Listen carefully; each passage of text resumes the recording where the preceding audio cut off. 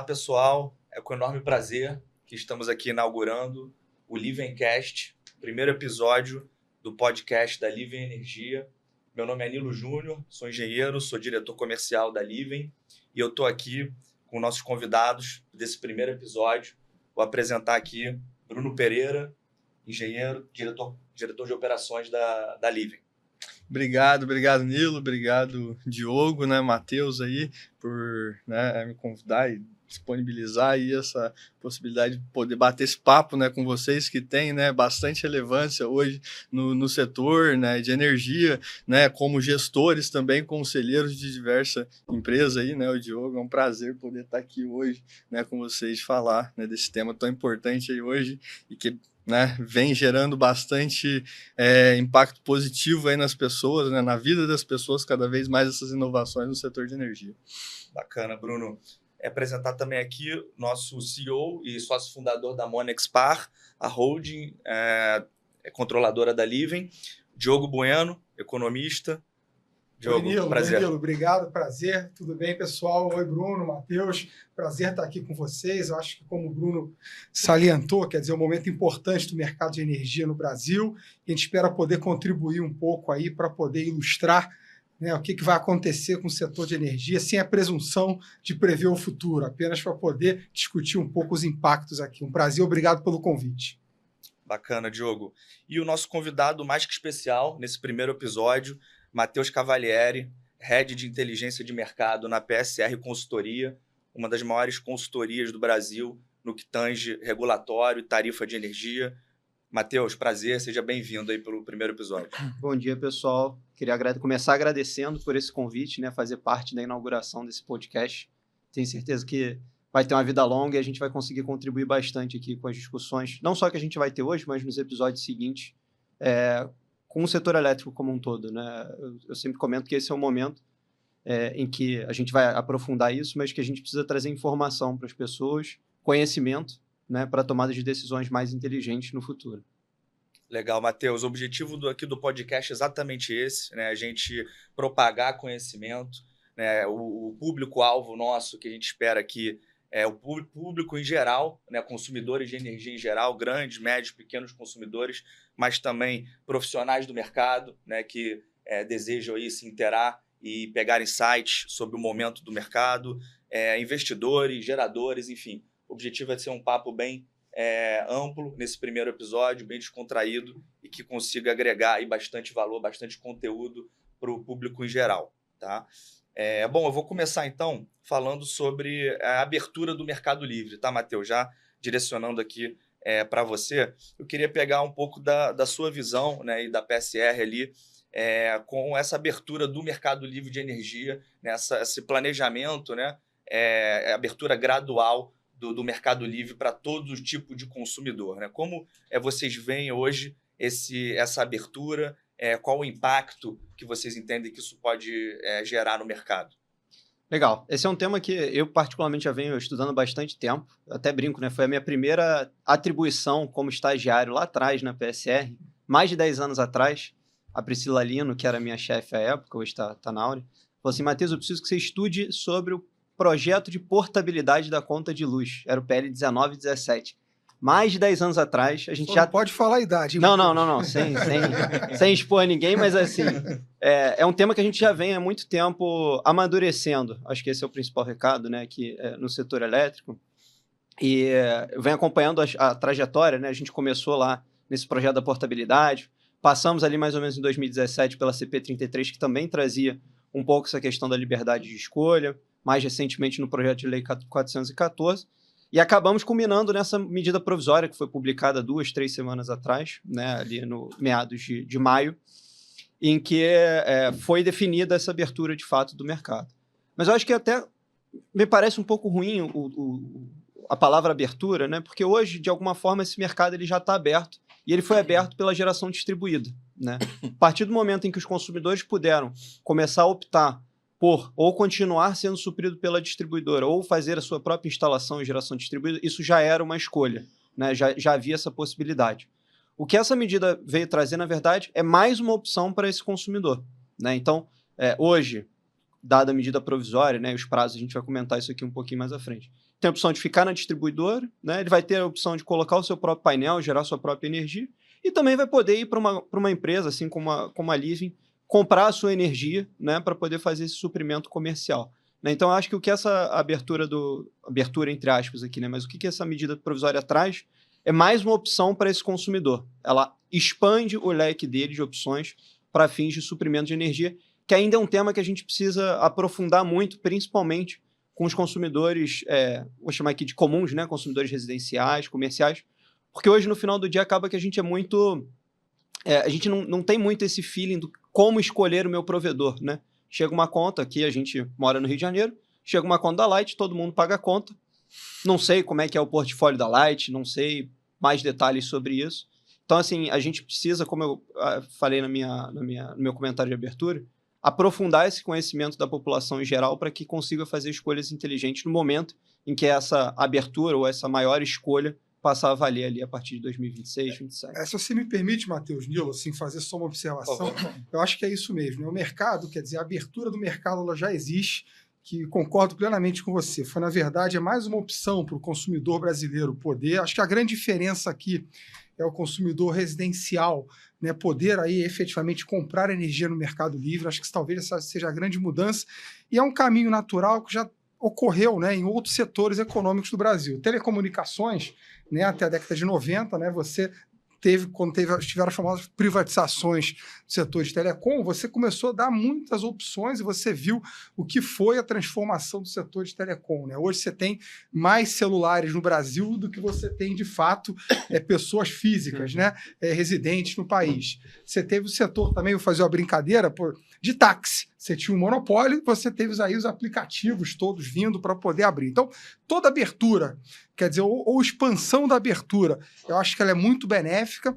Há, obviamente, muitos pontos a serem discutidos, há implicações para a distribuidora de energia, há implicação para o consumidor, há implicação para eventuais assim, empresas não sérias no mercado, como também ocorre. Então, você vai ter um papel também de fiscalização cada vez maior no mercado de comercialização, mas acho que o que é muito bom é que isso é uma tendência mundial, né? Você tem aí na Península Ibérica, em diversos países do mundo, a abertura, vamos dizer assim, total. Né? Então você tem que oferecer ao consumidor e você tem que fazer com que o mercado compita e possa ter a abrangência maior do público. Né? Então vai ser uma transformação muito grande, tanto do ponto de vista do governo para regular, das distribuidoras para se adaptarem, né? E aí vai ter que investir muito em medidor digital, eletrônico, para poder, de fato, deixar de ser a aferição por estimativa e você poder ter no detalhe o consumo de cada unidade consumidora residencial. Então, eu também vejo, assim como você, a abertura já existe, é uma expansão,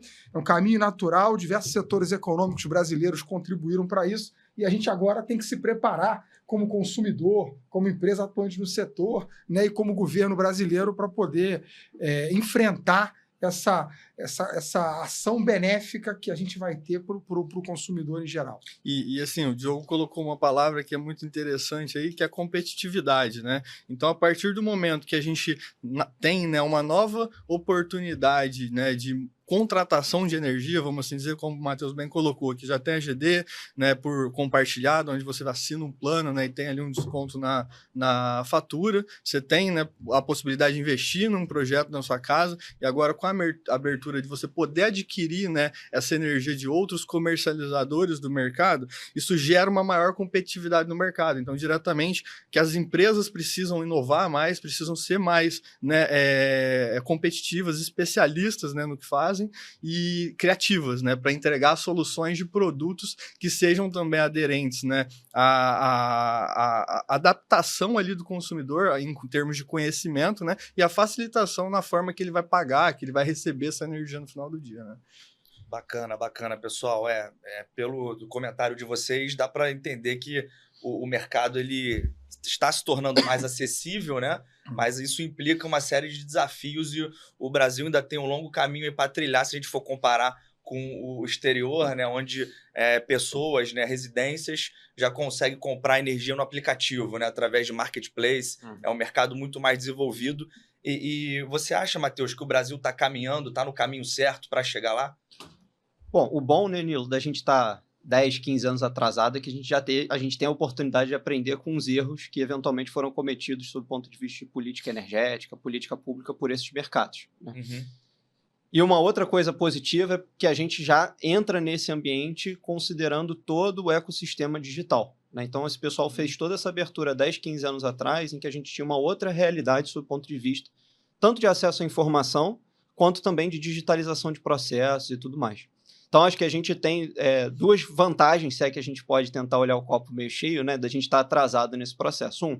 A gente consegue olhar para fora e ver o que deu certo e o que não deu, para a gente eventualmente importar. E essa importação é fundamental que a gente leve em consideração também as características do nosso povo, da nossa população. É completamente diferente o que foi feito nos Estados Unidos do que o que funciona nos Estados Unidos para o que funciona no Brasil. São duas sociedades completamente diferentes, né? Infraestrutura, número de consumidores. Exato, né? Tudo. É até cultural mesmo, né? Assim, o Diogo trouxe aqui muito bem, né? Pô, o brasileiro tem 2 celulares em média, né? Assim, não sei se é um paralelo tão bom, mas culturalmente é uma diferença grande em relação a outros países. Então, tem sempre que ter esse cuidado na importação de políticas públicas e energéticas. E a parte digital, né? A gente já está numa era digital, processos digitais. E eu acho que esse é um tópico bastante relevante quando a gente fala de abertura, não só para as empresas, mas também para os órgãos fiscalizadores, como a ANEEL e CCE, avançar nessa digitalização de processos e operações, por exemplo, quando a gente fala de migração de unidade consumidora para o Mercado Livre. Hoje ainda é um processo, a gente pode dizer isso, melhorou muito, mas ainda é um processo longe, pelo menos na minha visão, do que seria o ideal, sob o ponto de vista de digitalização, de facilidade e tudo mais. Se a gente está querendo chegar no consumidor residencial lá na frente, daqui a 2, 3 anos, a gente precisa caminhar ainda, trilhar um caminho bastante árduo aqui de melhorar essa operacionalização desses procedimentos. Então, acho que são 2 desafios, né?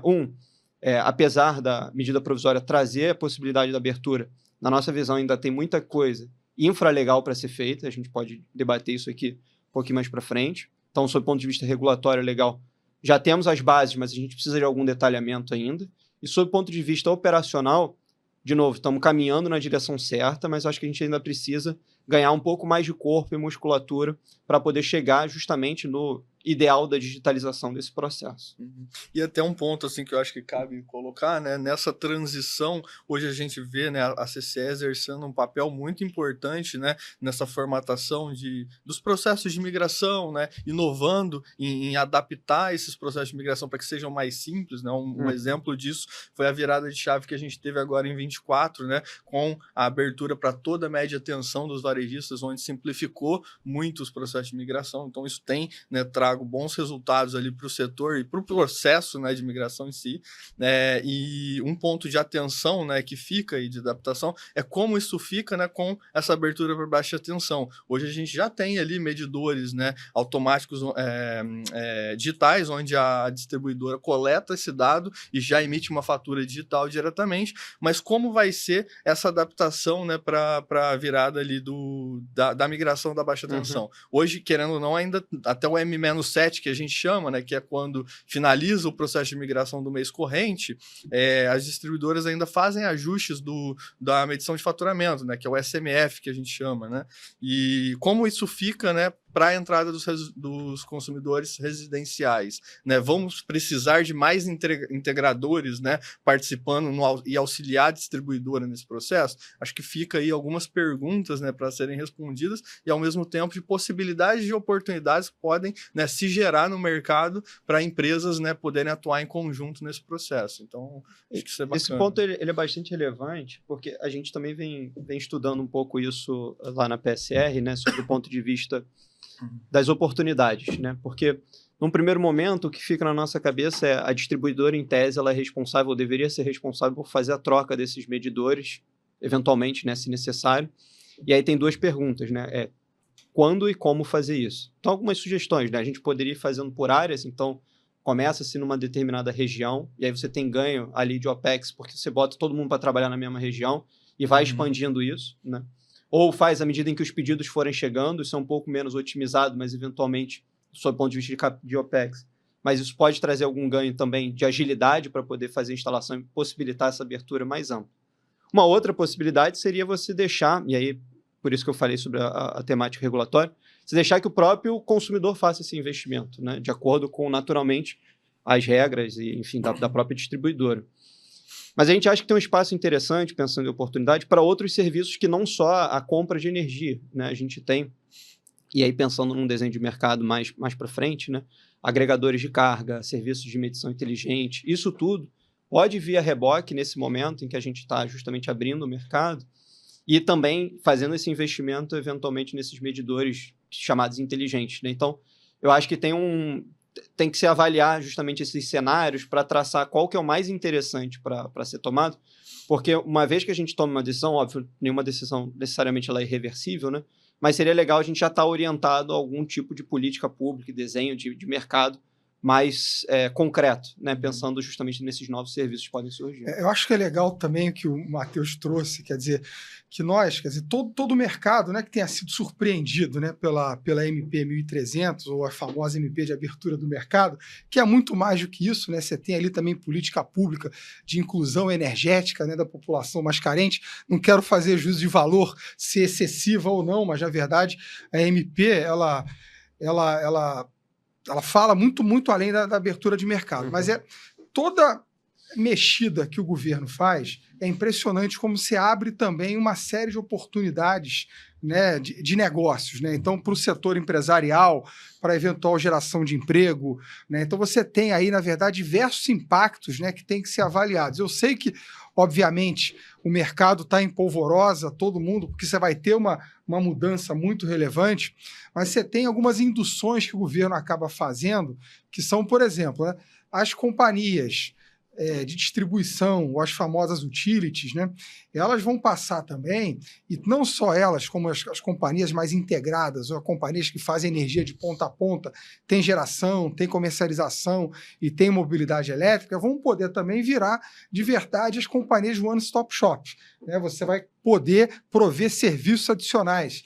Eventualmente, você vai ter outra oportunidade de negócio que a gente tem discutido, baterias, né? Baterias e unidades consumidoras que antes talvez não tivesse viabilidade econômica, e aí você tem um outro setor que vai crescendo. E eu achei interessante também, Matheus, que você falou uma coisa assim, olhando o copo meio cheio, às vezes estar atrasado pode valer a pena, né? Quer dizer, a gente sempre critica que o Brasil é tão atrasado, mas o Brasil é sofisticado, né? O Brasil, assim, tem um setor elétrico bastante sofisticado, tem empresas muito robustas, a CCE, né, tem avanços aí que a gente sabe, mas funciona de uma maneira muito interessante, né, regulando o mercado, a ANEEL. Então, nós aqui, quer dizer, do ponto de vista empresarial, dando como investidor do setor de energia, a gente vê que tem uma série de oportunidades e, claro, tem desafios regulatórios a serem cumpridos, né? Então, o que espera, né, que possa ter aí uma contribuição e esse debate com a sociedade para que o governo possa orientar da melhor maneira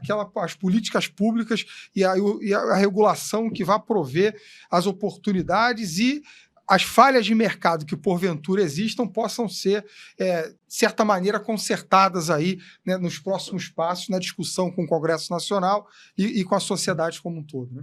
Legal, Diogo. Já falamos aqui de abertura de mercado, falamos de diferenciais competitivos, né, durante todos esses desafios. Sobre a MP, né, vamos falar um pouquinho ainda mais sobre os desafios, né, e aí o impacto dessa MP no mercado livre, no mercado de energia como um todo, né? Mas eu gostaria, antes de entrar nesse assunto da MP, qual a estratégia, né, que vocês veem as companhias hoje, além dessa questão da tecnologia, né, de integrar mais soluções, né, de oferecer um serviço completo, né, para os consumidores, o que mais as empresas precisam se diferenciar, né, e desenvolver para conseguir agregar valor e continuar crescendo e ajudando, né? Porque acaba que o nosso impacto, né, como empresas do setor, a gente tem um impacto fundamental nessa construção, né, na construção das políticas e do mercado.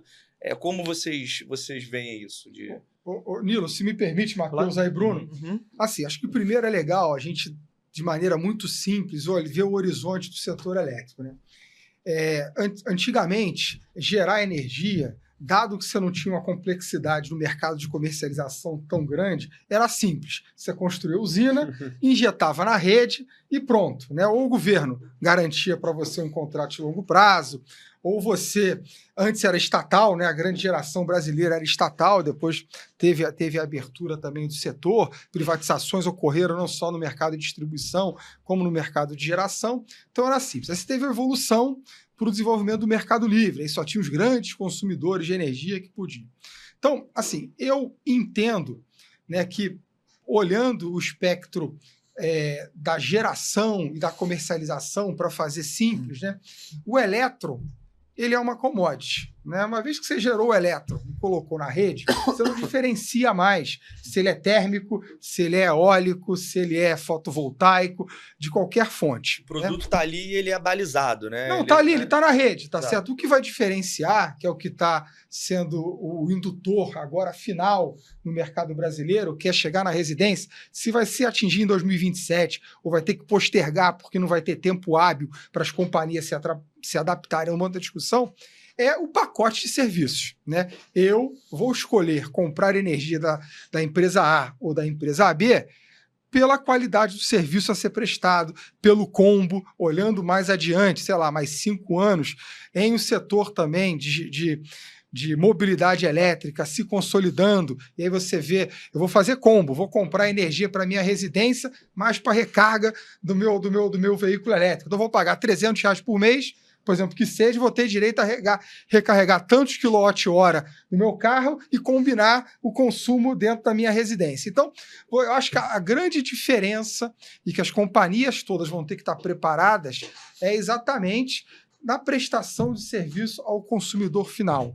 Né? Quando você trata de varejo, quando você trata de pessoa física ou de pequenos estabelecimentos comerciais, o que, na verdade, vai diferenciar é um sentimento. Se o serviço é bom ou o serviço é ruim, porque a energia vai continuar chegando, vai ter o supridor de último recurso, né? Não sei se é esse o nome técnico, desculpa, da MP, mas vai ter sempre alguém para suprir energia para quem estiver conectado. Então, o que vai variar, de fato, na minha opinião, e que aí vai ser o grande investimento, é no serviço prestado. Então, empresas que eram eminentemente geradoras começam cada vez mais a se especializar na comercialização e na comercialização por varejo, e companhias que eram apenas de comercialização fizeram um caminho inverso de começar a ter ativo de geração para poder arbitrar melhor o preço na ponta onde vai chegar. Então, a minha opinião, tá certo? Assim, minha opinião é que você vai ter a diferenciação pelo serviço prestado,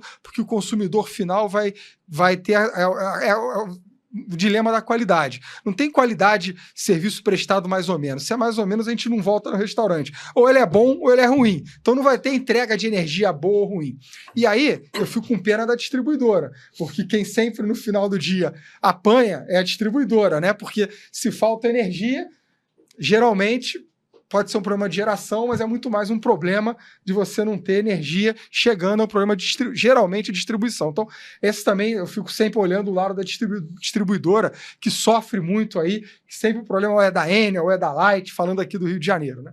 Então, e você está colocando um ponto, né, que eu acho que é interessante, né, é que quando você fala nesse macro, né, de flexibilização, de serviços, né, a gente fala justamente, né, da adaptação do produto para cada tipo de consumidor, né? Então, hoje, para os grandes consumidores, a gente já vê um produto mais específico ali que envolve contrato de energia, né, de longo prazo, enfim, com alguns geradores ou comercializadores, produtos financeiros, né, em formato de energia, que são chamados derivativos ali, que muito comum no mercado externo, mas ainda, né, caminhando aqui no mercado interno e sendo desenvolvido, né, mas com produtos financeiros bem avançados, principalmente. A entrada dos bancos nesse mercado de comercialização, ele traz ainda mais essa inovação desses produtos, né?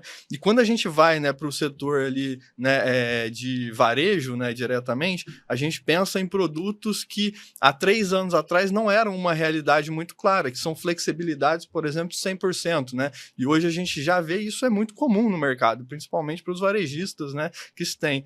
Então, isso traz, né, essa inovação e essa criatividade que os players precisam ter em poder entregar, né, isso para o consumidor final, gerando esse benefício e o conforto de não ser algo complicado, né, no final do dia, ser algo tranquilo e que no final do dia ele vai pagar a conta, assim como na distribuidora, e vai ter a redução de custos. Exatamente isso, no final do dia. E aí outro ponto, né, ainda pensando nos 15 anos que o Matheus citou, né, que a gente está atrasado hoje, por exemplo, na Noruega, né, a gente vê consumidores residenciais com carro elétrico também atuando com armazenamento no carro. Então, à noite ele carregou lá os 40 kW de potência da bateria dele, e aí no meio do dia a distribuidora dispara ali, né, um SMS no celular daquela região ali que as pessoas que se residem, né, e fala, ó, agora se você injetar energia na rede, você vai vender essa energia que você comprou a R$1, você vai vender a R$1,10. Então você trabalha ali também com serviços ancilares, trazendo uma, né, segurança para o setor ali, né, para a rede de distribuição. E aí, em linha disso, né, hoje tem uma empresa dentro do grupo que a gente atua diretamente, que é a Recar, com mobilidade elétrica, né, com recarga, mas é uma oportunidade que se tem também, uma visualização, né, que traga também essa expansão desse setor para que seja, né, aderente ao setor elétrico ali, né, de energia elétrica em termos de transmissão. Acho que a gente antes a gente falava GT, né, geração e transmissão. Acho que essa sigla passa a mudar a partir de agora, né? GTA, né? Geração, transmissão e armazenamento, né? E tratamento diretamente da rede, da flexibilização e da potência. Né? Legal. O Diogo trouxe um ponto, eu vou até um pouco além, Diogo. Eu gostaria de ter energia, telefonia, internet. Eu quero pagar uma conta só, eu quero a minha vida muito simples. Energy as a Service. Exatamente, eu quero um Energy as a Service no final do dia. Porque eu acho que é um pouco esse caminho, né? O Bruno trouxe da simplificação, e acho que pelo menos no primeiro momento a simplificação passa também por uma padronização do que vai ser oferecido. Naturalmente, cada casa vai ter algum tipo de diferenciação, mas os produtos em si, até para essa comunicação com o cliente, ela precisa ser simples, na minha visão. Pelo menos no primeiro momento. Muito do que foi feito com os bancos, né? Lá atrás todo mundo abriu uma conta corrente. Aí depois você criou a conta corrente Personalité, Black, Diamond, etc. À medida em que você foi sofisticando e até aumentando o entendimento desses consumidores do que é aquilo que eles estão, de fato, consumindo e comprando. Né? Então, acho que naturalmente, no primeiro momento, a gente vai ter a necessidade de desenhar produtos mais simples e aí buscar a diferenciação, principalmente na qualidade do teu relacionamento com esse teu cliente. E à medida em que esse consumidor, você conseguir, né, ter essa retenção e educando de alguma forma esse consumidor sobre o mercado em si, etc., eu acho que você começa a criar uma diferenciação a partir desses produtos, como foi feito, como eu falei, né, no setor bancário, e aí você cria essas diferenciações agregando e oferecendo outros produtos para, no final do dia, eventualmente dar uma fatura única em que o cara vai pagar luz, telefone, água, seguro, aluguel, enfim, whatever, né? Que a gente tem um espaço muito grande para pensar esse produto, mas eu acho que passa um pouco por essa simplificação para poder ter esse primeiro movimento e depois uma sofisticação, pensando sempre na diferenciação, né? Que eu acho que é a palavra-chave aqui, especialmente no teu atendimento, no teu relacionamento com o teu cliente final. Acho que isso vai ser a chave. Legal, pessoal. Bom, para quem quer empreender no mercado de energia, acho que a gente está gerando alguns insights valiosos aqui. Então, sigam a gente aí até o final, que vai ter mais discussão relevante aqui. E nessa linha de gerar conhecimento, né, disseminar conhecimento, a gente está falando aqui numa linguagem muito técnica, para os profissionais do setor, acaba ficando mais fácil, mas para quem não conhece ainda, eu acho que é válido pontuar as principais soluções, né, Matheus, que a gente tá falando aqui, né? Que é a geração distribuída e o mercado livre de energia.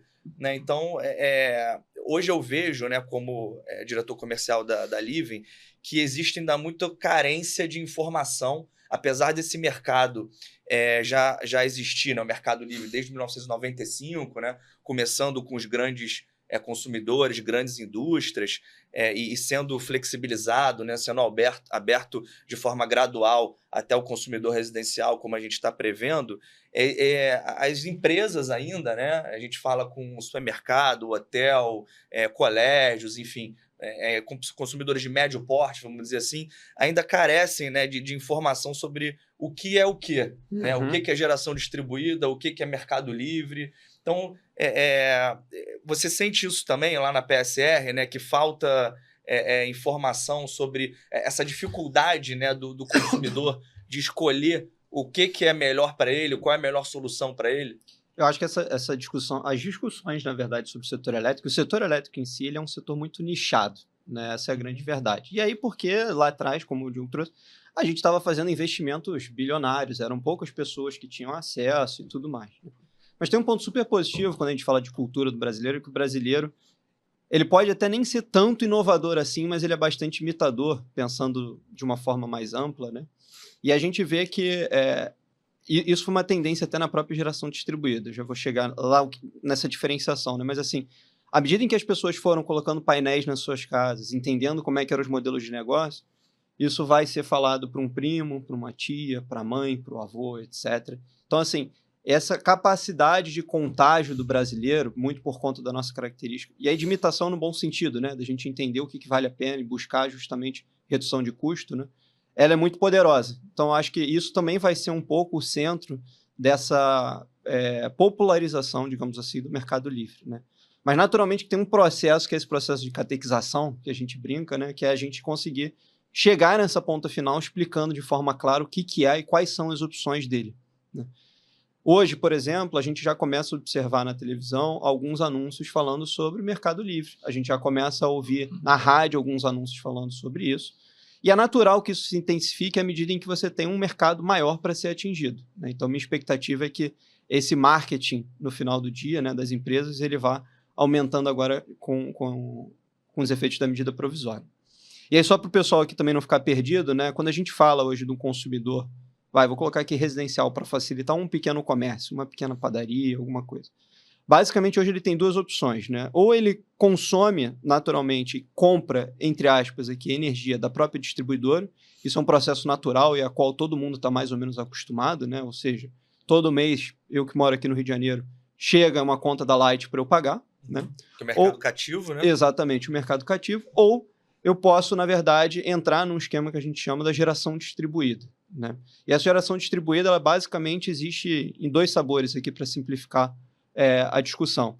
Eu faço meu próprio investimento, então eu tenho uma casa, por exemplo, eu tenho um espaço no meu terreno, em que eu coloco um painel solar, que é a forma mais comum de geração distribuída, eu coloco no local, né? Exato, eu vou fazer essa minha geração e o meu consumo no mesmo local. Uhum. Então, esse seria o esquema de uma geração distribuída que a gente chama local. E tem uma outra, que é a geração distribuída compartilhada, que popularizou, aí, principalmente nos últimos 2, 3 anos, que são os modelos por assinatura. Então, eu tenho empresas que fazem esse investimento, ou seja, eu não preciso pagar pela placa, mas eu me associo ao dono da placa e recebo como benefício um desconto na minha tarifa de energia, né? Então, hoje, aí, antes até de começar a valer o que está na MP, eu tenho essas duas alternativas. Continuo sendo suprido pela distribuidora fisicamente em todos os casos, ou seja, quem vai levar a energia fisicamente até a minha casa continua sendo a distribuidora. O que a gente está falando aqui é do suprimento comercial, como é que muda.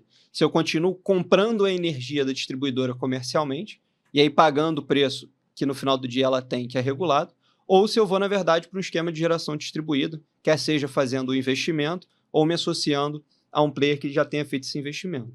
O que está se criando agora, na verdade, é uma terceira possibilidade, né, que seria a do Mercado Livre, em que eu posso ir em outras empresas do setor e fazer essa compra dessa energia. De novo, eu não mudo meu relacionamento com a distribuidora do ponto de vista físico. Continua, para mim, sendo a Light que vai levar o elétron que foi gerado com térmica, renovável, hidro, etc., até a minha casa, mas comercialmente eu vou fazer essa compra de um terceiro, né? É uma compra sem a infraestrutura física ali. Você não sabe da onde está vindo, de qual usina está vindo a energia. Exatamente. Mas você compra de um outro fornecedor que você escolhe, né? Um paralelo que acho que é até fera aqui, é um paralelo justo, é da telefonia, né? Quando eu compro um plano da Claro, eu não estou comprando a infraestrutura que vai levar aquele sinal até o meu celular. Eu estou comprando, na verdade, já um serviço ali que está sendo, de alguma forma, provido pela Claro, por exemplo, tá? Não tem uma conexão física, mas eu tenho esse quê de comercial, né? Então, a Claro está me fornecendo um plano comercial, o que seria, por exemplo, oferecido aqui pela Living a partir da abertura do mercado. Então, lá a partir de 2027, se não me engano é o prazo, poderia bater aqui na porta da Living e falar, olha, eu gostaria de ter uma cotação de vocês porque eu quero ter mais uma possibilidade de onde eu vou contratar a minha energia. Sem esquecer que, fisicamente, de novo, a Light ela é responsável por levar esse elétron, né? Então, a gente vai ter essas 3 possibilidades lá na frente. Continuo sendo suprido comercialmente e fisicamente pela Light, ou seja, não me mexo. Vou atrás de fazer um investimento em geração distribuída eu mesmo. Vou atrás de alguém que já tenha feito esse investimento de geração distribuída e me associo a essa pessoa. Ou eu vou a um terceiro, geralmente uma comercializadora, bato lá na porta e peço uma cotação para ele me suprir comercialmente essa energia. Perfeito. E os benefícios são basicamente os mesmos, né? Você tem ali a redução de custos, né? Você tem a previsibilidade financeira, você tem a sustentabilidade, né? Nas 2 soluções. Por isso, às vezes, acaba confundindo também a cabeça do consumidor e ele fica na dúvida de qual caminho seguir, né? Porque os benefícios são parecidos, o esquema, né, de entrega de energia também é bem similar, vai muito ali da confiança do teu fornecedor, né, do potencial de economia que aquela solução vai trazer e dos impactos regulatórios, né, que a gente está agora enfrentando e também da disponibilidade de usina. Né? A gente tem algumas regiões, né, principalmente aqui na Light, né, uma escassez enorme aí de usina para você poder oferecer essa solução da geração distribuída. Né? Então, a gente tem esses percalços, esses desafios aí, dependendo da região, também do perfil de consumidor, para poder direcionar qual a melhor solução. Né? Isso é um ponto importante de ser destacado, que assim, o que é melhor para cada um, não existe uma fórmula de bolo aqui. Então, pode ser que eu tenha uma solução melhor para o Bruno, pode ser que eu tenha uma outra solução que seja melhor para o Diogo, e isso vai variar tanto de acordo com o perfil de consumo dessas pessoas, a região em que elas estão localizadas, né? Então, tem uma série de fatores que influenciam nessa tomada de decisão. Então, ter esse suporte de eventualmente uma consultoria, uma empresa que preste junto, né, esse suporte de ajuda na tomada de decisão, vai ser fundamental uma vez que a gente aumenta a quantidade de escolhas.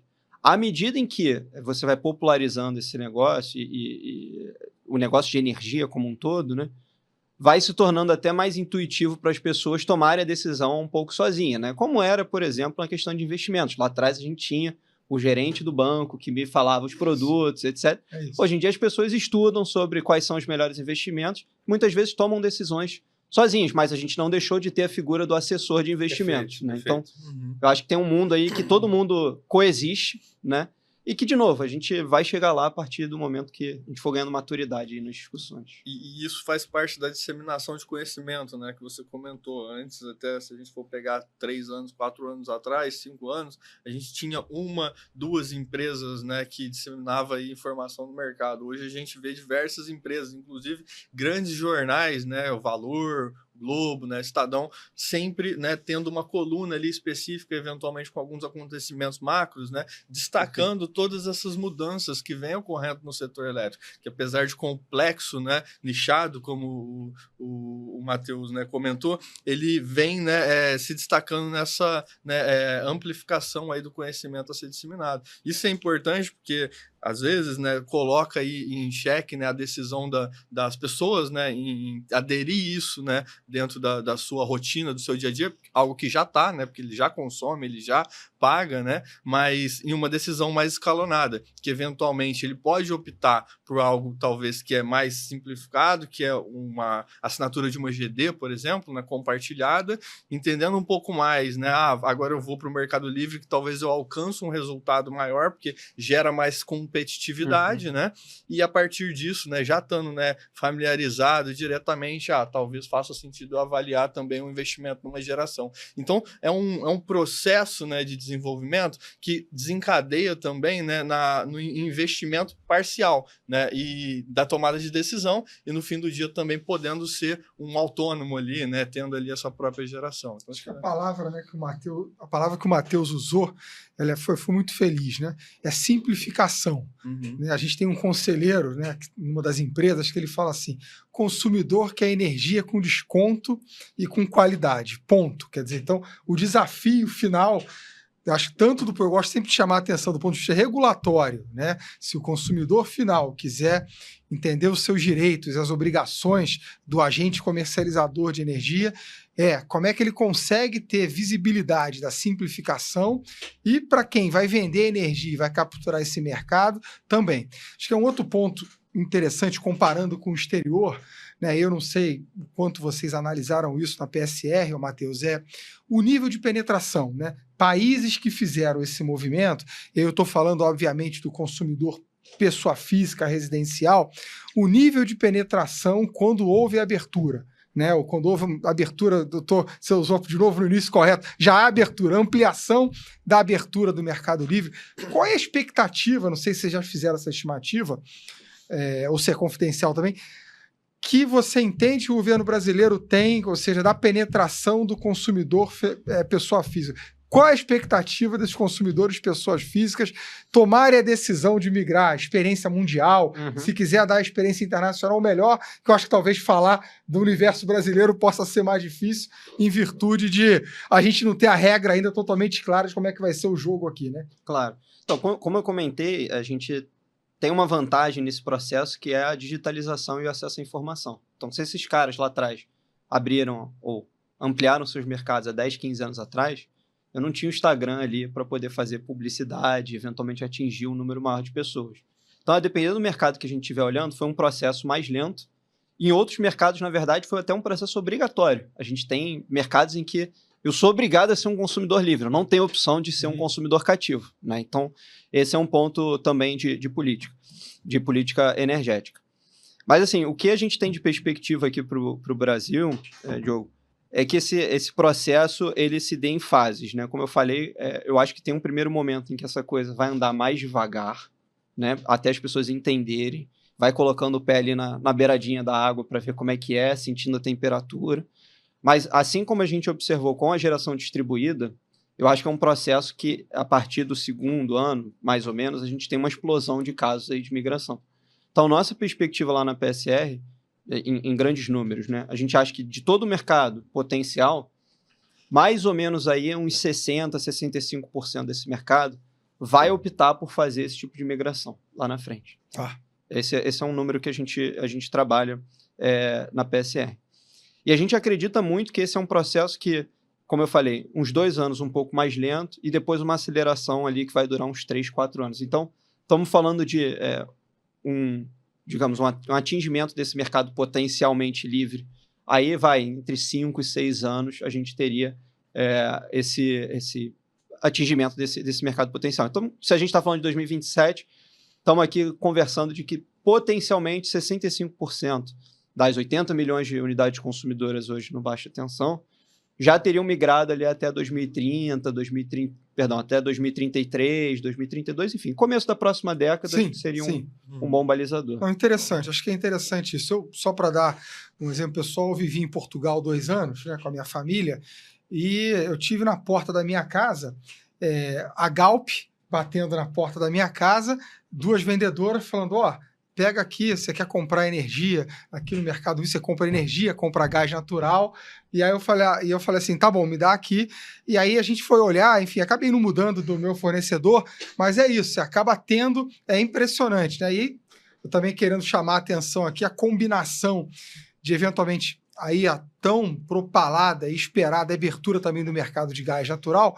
faz com que o setor elétrico também seja não só mais, tanto que a CCE vai mudar o nome, né, vai ser Câmara de Comercialização de Energia, que você tem um outro mundo muito importante, que é o mundo do gás natural, o mundo do mercado livre do gás natural, né? Então acho que é muito interessante. Assim, eu vivi essa experiência de bater na minha porta e oferecer. Pega aqui o panfleto, mesmo já na era digital, pega o panfleto aqui que você quer comprar, uma vendedora, como se fosse vender cosmético, né? Como várias companhias brasileiras fizeram certo. Então, mas acho muito interessante esse número de 65%, que é um número expressivo, né? Eu também entendo que é um crescimento assim que vai ter aquela acomodação inicial, mas depois vai ser exponencial, né? Um crescimento exponencial. Você trouxe essa história, né? O Luiz Barroso, o CEO lá da empresa, ele sempre conta que o período que ele viveu na França, né? E a gente estava falando de diferenciação, e às vezes a diferenciação está numa coisa simples, né? Não só num produto.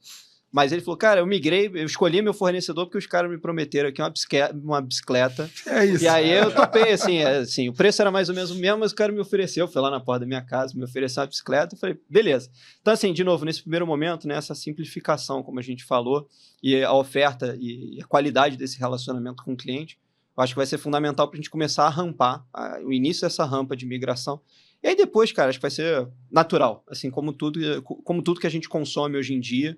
E, de novo, vivendo nessa era digital em que a gente é bombardeado por informações o tempo inteiro, acho que é natural que a gente consiga disseminar, e aí é onde a gente tem que ter talvez o maior cuidado, né? Disseminar essas boas empresas e ter um cuidado para realmente filtrar, de alguma maneira, aquilo que é falso daquilo que é verdadeiramente oferecido, né? Então, eu acho que esse é um outro ponto também de bastante... para a gente botar um holofote grande, porque, infelizmente, né, como tudo no Brasil, as coisas novas acabam vindo sujeitas a fraudes e tudo mais. Então, conhecer esse teu fornecedor, conhecer sobre quem você está consumindo essa informação é muito importante, principalmente nesse momento de construção de raciocínio, pensamento, entendimento do mercado. E aí, por isso, até comentei com o Nilo, né? Eu acho que é fantástica a ideia do podcast aqui de justamente conseguir levar essa informação para esse consumidor final, porque acho que vai ser muito relevante esse papel das empresas em explicar de uma forma simples, clara, que essa pessoa consiga ter essa compreensão com acesso a uma informação de qualidade, né? Não uma informação falsa. Legal. Legal, bacana esse ponto. Ele é bem relevante. E, assim, na era da informação, como você comentou, né, a gente tem a tendência de um processo mais ágil, né, acontecer. O Mercado Livre, por exemplo, ele existe, né, de forma de lei, né, desde 95. Em 98 migrou, né, ali o primeiro consumidor, depois foi se abrindo, aí teve a criação da CCE lá em 2004, né, e agora a gente vê essa expansão da CCE, né, podendo embarcar novos mercados, né, diretamente com a MP 1300, mas com a informação, a digitalização dos processos, a gente tem uma tendência de aceleração. E aí esse cuidado, né, que você comentou, ele se torna muito importante e faz parte da gente, como especialista ali do setor, né, poder educar, poder transmitir essa informação de forma mais simples. Bem legal, muito gostei desse comparativo. Legal, pessoal. Eu queria dar uma volta aqui rápida na MP, que foi um tema de mais relevância aí nas últimas semanas, né? Pegou algumas empresas aí de surpresa, enfim, causou um alvoroço aí no mercado, né? Com o texto, né? Uma minuta que circulou ali nos grupos de WhatsApp e depois foi assinada pelo presidente Lula. E, enfim, eu queria uma visão rápida aí de vocês, né? Sobre essa MP, porque a gente teve aí, né, agora ela vai para votação, né, ela precisa ser aprovada no Congresso. A gente teve nas primeiras 24 horas mais de 600 emendas, né? Então, assim, na minha visão, pelo menos é algo que vai ainda ter muita discussão, vai ter muita alteração, né, no texto inicial, e é um pouco, pelo menos na minha visão, sem nenhum viés aí, político, né, mas teve um pouco de um conflito ali entre a questão da tarifa social e o fim dos subsídios para empresas, né? Então, a gente acaba misturando um pouco ali os assuntos, né? Onde a gente não sabe se, de fato, essa conta vai reduzir no final do dia, porque os encargos vão ser pagos ali pela CDE, né? Pela Conta de Desenvolvimento Energético. Então, ainda está meio obscuro se, de fato, essa tarifa vai reduzir mesmo ou não. Né? E no final a gente está dando um subsídio ali que, no meu modo de ver, poderia ser feito de outra forma, sem impactar ali a tarifa das indústrias, que também geram emprego, né? Geram receita, e várias multinacionais. Hoje o mercado do Brasil, com a natureza que tem, né? Tem centenas de multinacionais aqui investindo no país, né? Gerando emprego no país, que podem ser impactadas, né? Com essa medida provisória, principalmente em relação ali ao fim do desconto, né? O fim do desconto da energia incentivada. Como vocês estão vendo isso?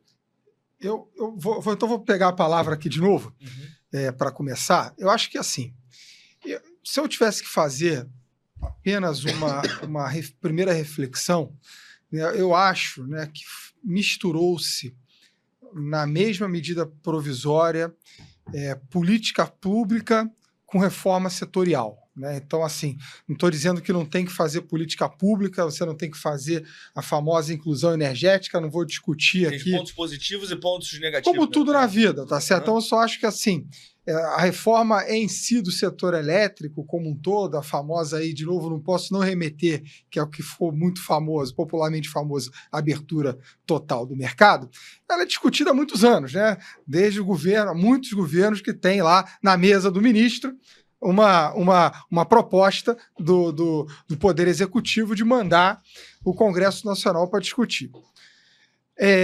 Então, assim, minha primeira crítica seria essa, né? Essa mistura das duas, da política pública com a reforma em si do setor elétrico no que tange à abertura. A segunda crítica que eu tenho é que talvez tivesse que ter sido debatido um pouco mais com as associações do setor elétrico, que são diversas. Você tem das distribuidoras, comercializadoras, geradores termoelétricos, energia limpa, né? Quem paga a conta final, né, dos subsídios que são colocados no mercado brasileiro, né? Então, assim, eu acho que talvez que no final do dia acaba indo para a CDE, né? Então, no final, quem paga hoje é a CDE, né? Então, você está transferindo grande parte da CDE. A gente viu aí recentemente Paulo Pedrosa dando uma declaração dizendo que pode aumentar em 20% o custo para a indústria. 40%. Isso, eu estou dando isso, pode aumentar. Vão ter estimativas diversas. Então, assim, acho que faltou um primeiro debate. Eu, de novo, acho que eu tento ver sempre o copo meio cheio, é um grande avanço, tá certo? Para o setor elétrico brasileiro, algo já esperado. Alguém tinha que se mexer. Quem tem a mão pesada, a mão de ferro, que é o governo, né? Ele botou e falou, vou fazer a reforma. E jogou para o Congresso Nacional. Uns dizem, né, que quis fazer medida populista, né, já olhando a questão do ano que vem. Outros dizem que quiseram embolar para, de fato, poder ter uma negociação no parlamento brasileiro. Vamos mexer aqui desde que a gente mantenha tarifas aí, isenção de tarifas para a população. Então, eu, de maneira geral, eu acho que é um grande avanço. A discussão, ela centra-se principalmente quem paga a conta da CDE, porque eu acho que a outra grande questão, todo mundo é favorável, todo mundo quer ter um mercado consumidor maior, quer poder vender energia para um leque maior de consumidor, tem que preservar a distribuidora. Eu gosto sempre de falar isso, né? A distribuidora hoje no modelo é o grande caixa do setor elétrico, né? Quem compra energia de longo prazo para garantir na sua área de concessão que vai ter energia para toda unidade consumidora, né? Então, como é que fica a distribuidora? Então, assim, minha opinião é que a gente teve um avanço, tá, Nilo? Assim, teve um avanço positivo e, como tudo, vai ter uma discussão e de crítica central eu teria separado aí as duas, eu faria duas medidas sobre a forma, sobre a forma como foi colocado, né? Quer dizer, duas medidas provisórias, talvez, mas aí dificultaria a negociação no Congresso brasileiro. Porque a CDE todo mundo vai pagar a conta no final, né? Uhum. E aí, Matheus, lá na PSR, tem essa percepção que talvez a conta não fique tão mais barata assim ali para quem abaixa a tensão, né? Ali para classe média e classe baixa renda? Eu tendo a concordar com o Diogo, assim... Pode discordar também, tá, Matheus? Eu tendo a concordar que a medida provisória, né, ou melhor, a utilização do instrumento da medida provisória, ele passa uma impressão de uma certa imposição do governo sobre os temas, né, e talvez não traga justamente a questão do debate entre os diferentes setores. Acho que esse é um ponto... Traz agilidade, né, para implementar algo, né? Então, assim, havia um consenso, né, nas nossas interlocuções, havia um consenso de que com o Congresso da forma que ele está, seria muito difícil que a gente tivesse uma bala de prata, né? Como foi, por exemplo, como era a ideia da CP 33, do projeto de lei 414. Era muito difícil, nesse momento, a gente conseguir passar uma reforma ampla e robusta. Perfeito. Acho que esse era um primeiro consenso. Então, na minha leitura, o que o governo tentou fazer foi endereçar principalmente esses três eixos que são trazidos na medida provisória, né? A questão da inclusão social tarifária, né? Que era uma coisa que a gente precisava fazer sob o ponto de vista de modernização da nossa tarifa social. A gente estava bastante atrasado quando você pega outras referências do mundo, por exemplo, a Índia tem um esquema muito mais interessante do que o Brasil, e eu acho que o Brasil deu um passo importante nessa direção. A questão da equalização de custos, então já há bastante tempo existe essa identificação de que o setor, o consumidor cativo, né, nós, consumidores residenciais, pequenas indústrias e comércios, pagam mais proporcionalmente do que os consumidores livres. E aqui sem entrar no juízo de que está certo ou está errado, tá? Mas sim, essa equalização e a questão da abertura de mercado, né? Então, como o Diogo bem colocou, a gente tem um quê de política pública energética ali, né? E dois outros pontos. Naturalmente, para você ampliar essa escolha com a ideia de que isso vai trazer competitividade e redução de custo também. E o terceiro de equalização de custos com o mercado livre. A questão do se é bom, se é ruim, o que mais me causa, talvez aqui calafrio, foi o número que você colocou das 600 emendas. Né? Porque a gente já viu num passado recente que, infelizmente, a nossa capacidade de fazer besteiras incrementais ela é grande. Né? Então, um projeto de lei lá, por exemplo, das eólicas offshore, que tinha uma série de temas que não tratavam sobre eólicas offshore. No final do dia, basicamente, era o Congresso fazendo política energética e política pública com muito pouca discussão. E sendo bem transparente, a PSF foi muito vocal nesse processo.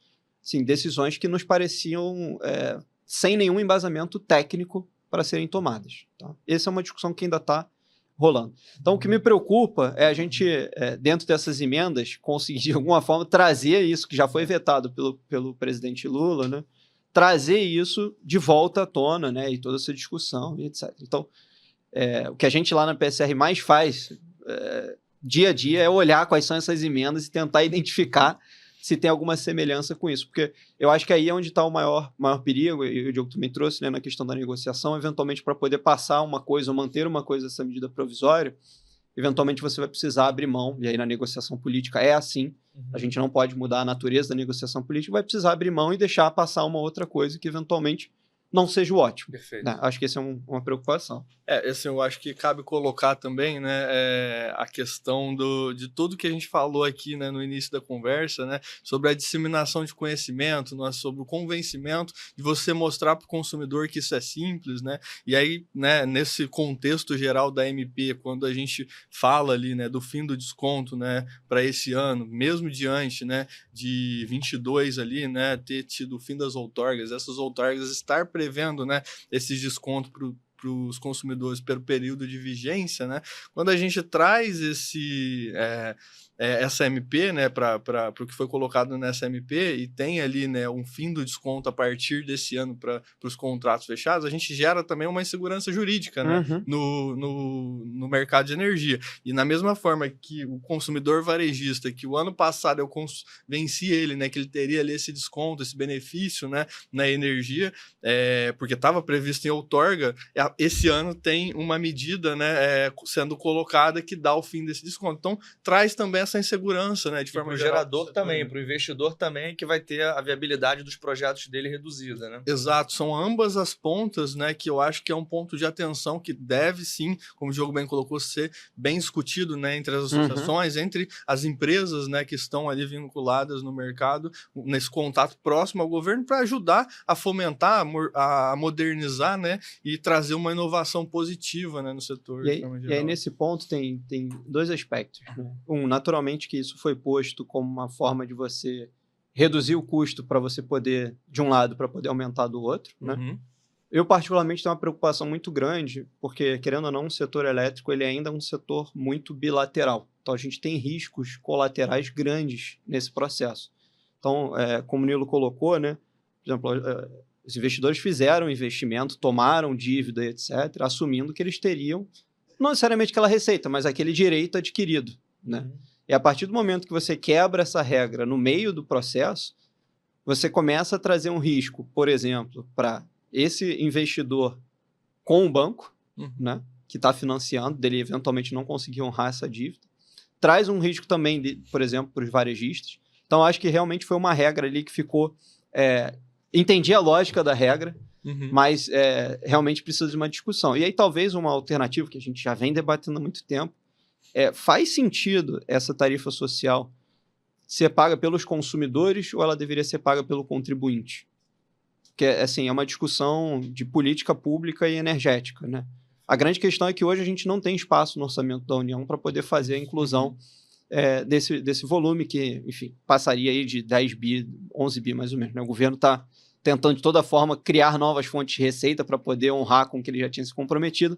Adicionar mais despesas é uma não opção nesse caso, né? Então, de novo, né, entendo o porquê de ter sido feito, né, a lógica que foi aplicada, mas eu acho que existe um risco, principalmente de efeito colateral num setor que é muito bilateral, não desprezível, e que os tomadores de decisão deveriam estar olhando isso daí com um pouquinho mais de carinho. Perfeito. Você tocou em 2 pontos bem interessantes, Matheus. Essa questão do risco bilateral, né? Que existem alguns mecanismos aí também que já estão sendo estudados e implementados, né, para a gente mitigar. Seria a Bolsa de Valores de Energia, né? Que hoje é N3X, né? N5X. Então, isso reduziria um pouco esse risco da bilateralidade dos contratos, né? E a questão do envolvimento de outros players, stakeholders, dentro da MP, né? Quando a gente está falando ali de associações, empresas de energia termoelétrica, energia hídrica, inclusive teve uma matéria, né? Se eu não me engano, do próprio Barroso, que eu li no Valor, sobre os vetos, né, da eólica offshore. Então, existe um movimento também no Congresso para derrubar alguns vetos ali do jabutis da eólica offshore para que essa MP seja aprovada, né? Então, a gente vai ver ainda muito lobby, muita discussão de eólica, de renovável, de termoelétrica, de uma série de outros setores, de GD também, né, dentro dessa, para a gente poder enfim, atender todo mundo, né? Eu acredito muito que tem espaço para todo mundo, né? O Brasil é gigante, os recursos naturais são quase que infinitos, né? Então, a gente vai ter espaço para todo mundo e o grande desafio agora é entender como chegar num consenso, né? Para essa reforma ser concluída da melhor forma, né? Eu acho que é difícil você ter uma solução, a minha opinião também, acho que é difícil você ter uma solução de consenso ou que você vai ter uma solução de compromisso. Alguém não, né? Todo mundo vai ter que deixar alguma coisa na mesa. Né? E eu acho que hoje a maior dificuldade, você comentou das associações, é que dentro das próprias empresas, elas participam de diferentes associações porque, naturalmente, elas têm diferentes business dentro da própria empresa. E os interesses são completamente diferentes de algumas associações. Exato. Dentro da própria empresa tem os conflitos. Então, assim, por isso que eu penso muito nessa questão da solução de compromisso ao invés da solução de consenso. E aí muito num pacto realmente, como o Diogo falou, para que o Brasil dê certo. Né? Acho que assim, a gente precisa chegar nessa solução de compromisso, tanto para conseguir atender os diferentes interesses, mas transformar o que o Brasil tem de vantagem comparativa em vantagem competitiva, principalmente quando a gente pensa sobre a ótica do custo final da energia para a produção. Então, quando a gente pensa na indústria, como é que eu faço para tornar a minha indústria mais competitiva? Eu preciso que essa energia chegue lá na ponta de uma forma mais barata. Né? Não só energia elétrica, gás, etc. Energia de uma forma geral. Né? Então, eu acho que essas soluções de compromisso elas têm que ir na direção de conseguir transformar essa vantagem competitiva que a gente tem em relação a outros países e outros mercados, essa vantagem comparativa numa vantagem competitiva no final do dia. Perfeito, pessoal. Bom, a gente está caminhando aqui para o encerramento, né, do nosso primeiro episódio. E antes eu queria pedir para cada um de vocês, se vocês pudessem resumir, né, em uma frase, qual é o momento do mercado de energia no Brasil.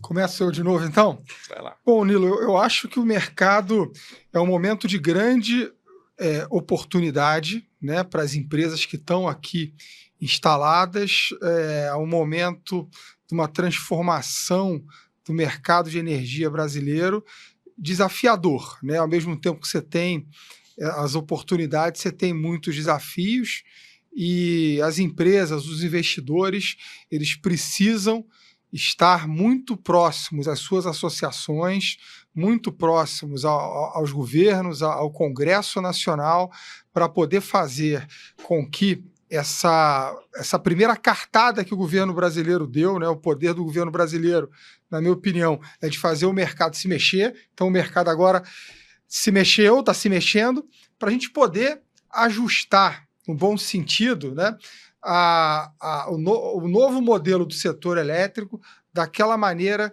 que seja melhor para a sociedade brasileira. Então, assim, o que eu olho enquanto investidor também é que há muitas oportunidades e a gente tem que estar muito próximo, acompanhando para que a gente não tenha os famosos jabutis, tá certo? Aqui no na redação final, que será sancionada pelo presidente da República, né? Trazendo outros problemas para o setor elétrico. A gente não pode fazer remendo.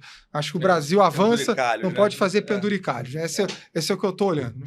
Assim, minha percepção, tá, Matheus, colocando aqui, vai um pouco em linha ali com o Diogo, mas entra em frente também na nossa vida pessoal e profissional, né? Onde a gente está sempre tendo que se reinventar, né? E o mercado de energia, ele faz com que a gente diretamente, né, tenha que ser criativo, né? Tenha que ser criativo e olhe, né, nessas entrelinhas do que vem sendo, né, divulgado aí como medida provisória, como lei, né, em cada aspecto, né, do setor, e olhar ali o que a gente consegue tirar de bom daquilo tudo, né? Por exemplo, como o Diogo comentou, né, a abertura do mercado, né, a flexibilização ali, né, e a ampliação da baixa tensão com a GD, né, gerando mais oportunidades, a possibilidade ali do armazenamento no longo prazo se tornar também um canal de sofisticação do produto, né? Então, tudo isso está ligado, né, às oportunidades que são geradas pela mudança, né? Então, acho que a gente tem que estar atento, né, e tem que buscar sempre estar, né, gerando novas soluções sobre isso. Então, é um pouquinho nessa visão aí a minha. Eu acho que eu resumiria na palavra transformação, não é uma transformação regulatória, é uma transformação de mercado, é uma transformação comportamental que vai ocorrer, né, nesse processo. E, como eu mencionei, né, eu acho que, como toda transformação, como toda modernização, mudança, etc., a gente tem que sempre tomar cuidado para não ir fazendo, como eu falei, essas besteiras incrementais, como o caso dos jabutis, né? Então, eu acho que realmente a gente tem aqui, não é uma folha em branco, mas é, de alguma forma, um quadro que a gente ainda tem espaço para fazer alterações na direção correta, na direção de ter um setor elétrico moderno, um setor de energia talvez até mais moderno, né? Incluindo aqui o setor do gás natural, como o Diogo bem trouxe. Então, essa transformação ela vai ser fundamental, de novo, para a gente conseguir transformar, e aí usando a palavra transformação, transformar nossa vantagem comparativa em vantagem competitiva, que é o que a nossa indústria precisa, que é o que a gente precisa para continuar avançando enquanto país aqui no Brasil. Legal, Matheus. Essa é uma reflexão boa mesmo, da gente entender qual a melhor forma, né, para concluir essa transição, né, essa transição energética, e entender de fato o valor de todos os players do mercado, né? Então, a termoelétrica ela é importante para a gente não ter apagão, mas será que ela precisa estar dentro do projeto da eólica offshore, né, como um penduricalho? Uhum. Será que não pode ter ali uma forma mais eficiente, né, para poder regular, né, esse mercado e atender Perfeito. todos os interesses, entender o interesse da população? Então, acho que vai muito nessa linha também. E a minha palavra também é oportunidade, né? Eu vejo que nesse momento de desafio, de mudança, né, a gente precisa se adaptar, né, a gente precisa entender o que a gente pode extrair de melhor, né, de tudo que a gente está conversando. E o timing também, né? O timing ele sempre foi fundamental. Desde que eu entrei aqui, né, há 5 anos atrás, a gente identificou essa questão do timing de tomada de decisão, de você decidir se vai migrar, com quem você vai migrar, para qual solução você vai migrar. Então, o timing, a antecipação, eu acho que são palavras também fundamentais nesse momento, ainda mais agora, nesse segundo semestre, né? A gente vai ter um segundo semestre bem desafiador, que a gente vai acompanhar de perto aí todas essas mudanças e talvez a gente tenha realmente ali um boom, né, de migrações, né? A gente não sabe se ainda uma alta de preços com a questão da oferta e da demanda. Então, é um segundo semestre que vai ser bem desafiador e as empresas que estiverem se antecipando, né, buscando conhecimento, identificando essas oportunidades até o final desse ano vão com certeza aí ter um diferencial competitivo aí frente à concorrência. Tá? Bom, eu acho que é isso então, pessoal. Vamos encerrar por aqui nosso primeiro episódio. Queria agradecer aí Bruno, Diogo, Matheus, pela presença aí de vocês, o tempo aí despendido. Que seja o primeiro de muitos, que seja um marco aí pra gente também. Será. E continuar aí divulgando conhecimento com especialistas do mercado. Então é isso, pessoal.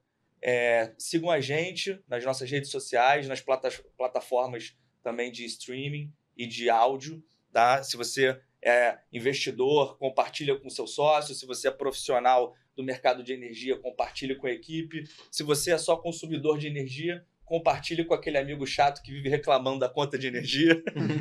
E nos vemos aí no próximo episódio, trazendo mais conteúdo relevante para vocês poderem navegar no mercado de energia com mais autonomia e informação. Tá bom? Muito obrigado. Obrigado, pessoal. Valeu.